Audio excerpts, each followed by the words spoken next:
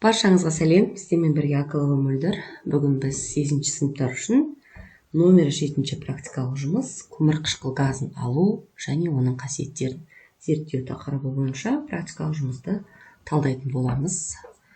Жұмыстың барысына көшейік. Ең бірінші бізде жұмыстың орындалу реті не байқалады, қорытынды реакция теңдеуін жазатын боламыз. Бірінші бізде бұл көміртек оксидін алу, яғни көміртектің жерге CO2 4 валентті осы оксидті алу. Ең бірінші газ алуға арналған құрылғыға мәрмәр немесе бор кеселін салып, тұз қышқылын құю қажет. Осы кезде газдың бөлінгенін бақылаймыз. Екі сынауыққа газды толтырып алып, сынауыққа газ толғанын білу үшін шырпы апарамыз. Оған шынымен бетін жауып қоямыз. Реакция теңдеуін жазу қажет екен. Не байқалады? Осы кезде газ көпіршіктері пайда болады. Енді қорытынды реакциясын жазайық. Кальций карбонатына тұз қышқылын қосқанда кальций хлор-2 бөлінеді. Су және көмір қышқыл газы. Осы жаңағы біздің газ көпіршіктері пайда болатын осы көмір қышқыл газының бөлініп жатқанына. Ары қарай екінші тапсырма, бұл бізде көміртек 4 валентті оксидінің қасиеттерін зерттеу қажет екен. Сынауыққа жанған шырпы апару. Неқта жаңағы сынауыққа газ толтырып алдық қой. Енді соған шырпы, яғни шырпы бір жерде спичка дейді, бір жерде шақпақ дейді. Осы кезде жанған шырпы өшіп қалады. Бұл жерде көміртектің 4 валентті оксиді жануды қолдамайды екен. Көміртек оксиді жануды қолдамайды деп жазып қоямыз.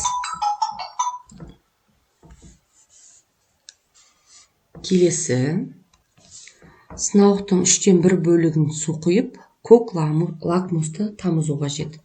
Сынауыққа түтік арқылы түсі өзгергенше газ жіберу қажет екен. Көк лакмус осы кезде, яғни газ жіберіп атса, ол қызарады. Бұл жерде қышқылдық орта түзеді екен. Енді реакция теңдеуін жазайық. CO2 қосу H2O. Сонда бізде H2CO3 түзіледі. Яғни бұның атауы көмір қышқыл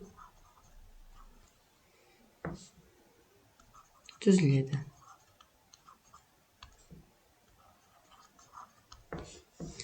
Келесі, сынауыққа әк суын құйып, оған түтік арқылы көмір қышқыл газын жіберу қажет. Әк суы лайланады, газды көп мөлшерде жіберсе, лай ерітінді түссізденеді екен. Әк суы газ жібергенде лайланады. Мына жерге формуласын жазып қояйық. Яғни CO2 газ, мына жерде газ деген белгіні тастап кеттім. CO2 қосылған. Әк суы бізде кальций OH2 түзіледі. Кальций CO3 және су түзіледі. H2O. Мынау бізде қазір басқа тұрсалайын. Мынау бізде әк суы деп аталады. Мынау бізде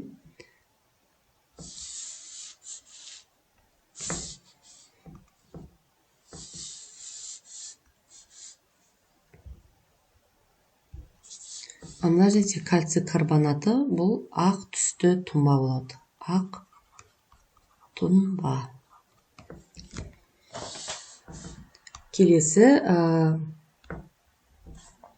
енді мына жерде бізге айтып тұр, CO2 газын артық мөлшерде болса, лай ерітінді түссізденеді дейді.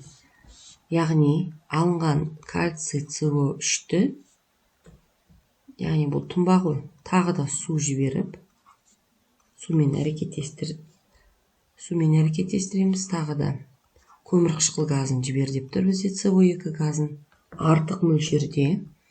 Сонда бізде түзіледі бұл жерде кальций HCO3 2. Басқа түсініңіз. Бұл жерде суда еритін, яғни мынауымыз суда еритін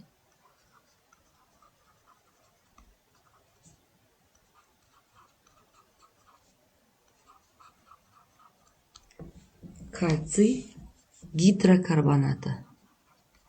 Гидрокарбонаты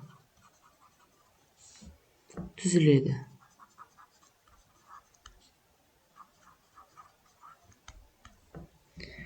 Осымен біздің 6-ші практикалық жұмысымыздың талдауы аяқталды.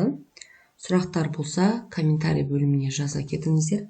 Міндетті түрде жауап беретін боламын. Рахмет.